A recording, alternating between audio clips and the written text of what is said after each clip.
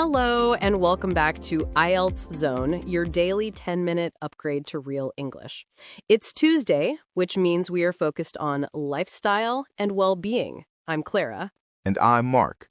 Today, we're discussing noise pollution, the often ignored environmental factor that profoundly affects health and livability in cities.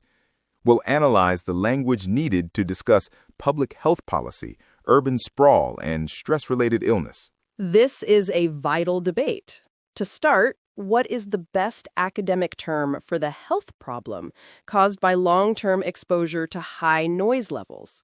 That is auditory stress. It refers to the physical and psychological strain placed on the body by excessive or unwanted noise. Auditory stress contributes to wider health issues like high blood pressure. The core cause is urban density. As cities grow and traffic increases, noise levels become chronic. The everyday phrase we use for something that is everywhere is to be pervasive. Traffic noise is a pervasive problem in central business districts. Pervasive is great. Now, for the effect on mood, irritability. We often say someone is easily annoyed. The noun is irritability. Chronic noise exposure can increase irritability and reduce patience among city dwellers. That's a strong descriptive noun. Now let's look at a key challenge: construction. Building new infrastructure is necessary, but it's a major source of noise. The phrasal verb we use for putting up with an annoying situation is to put up with. Residents are forced to put up with the noise generated by necessary urban development. Put up with is essential. Now, let's look at a key solution: zoning laws. Cities must implement stricter zoning laws to separate residential areas from industrial or high-traffic zones. The phrasal verb we use for enforcing rules is to crack down on. Authorities need to crack down on excessive noise violations after 10 p.m. That's a strong policy verb. Another great phrasal verb for describing the main benefit of quiet is to wind down.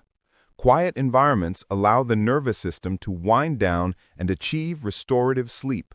We've covered the problem of auditory stress and the solution of zoning laws. Let's formalize this language into the IELTS zone breakdown.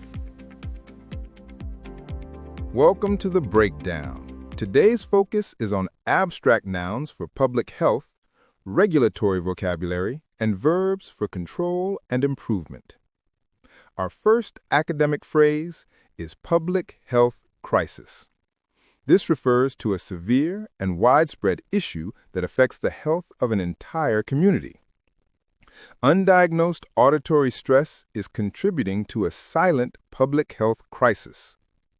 A mandatory term for health policy. Now, a key verb for expressing the necessary outcome of policy: mitigate. It means to reduce the severity, seriousness, or painfulness of something. In writing task 2, you could argue, investment in noise-reducing surfaces on roads is essential to mitigate the chronic noise levels caused by urban density. That's excellent. Now, for discussing the main human goal, acoustic comfort. This refers to the subjective satisfaction with the acoustic environment. The goal of urban planners should be to maximize acoustic comfort to improve the psychological well-being of all residents.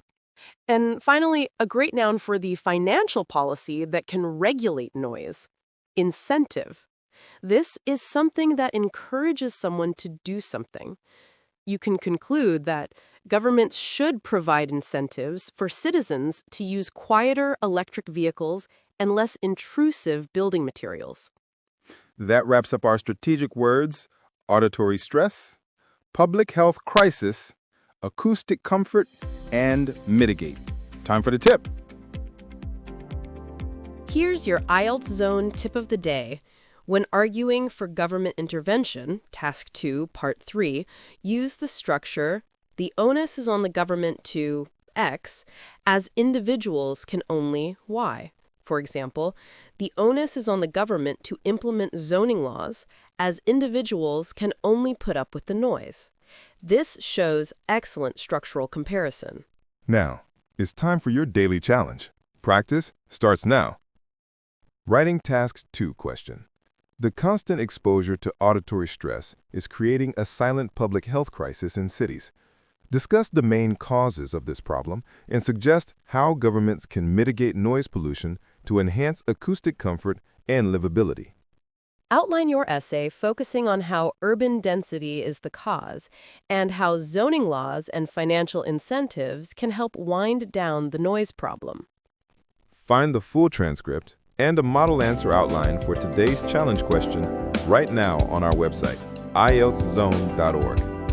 Don't forget to subscribe to our YouTube channel and follow us on Instagram for more quick daily tips. We'll be back tomorrow for Wednesday's episode, where we'll be diving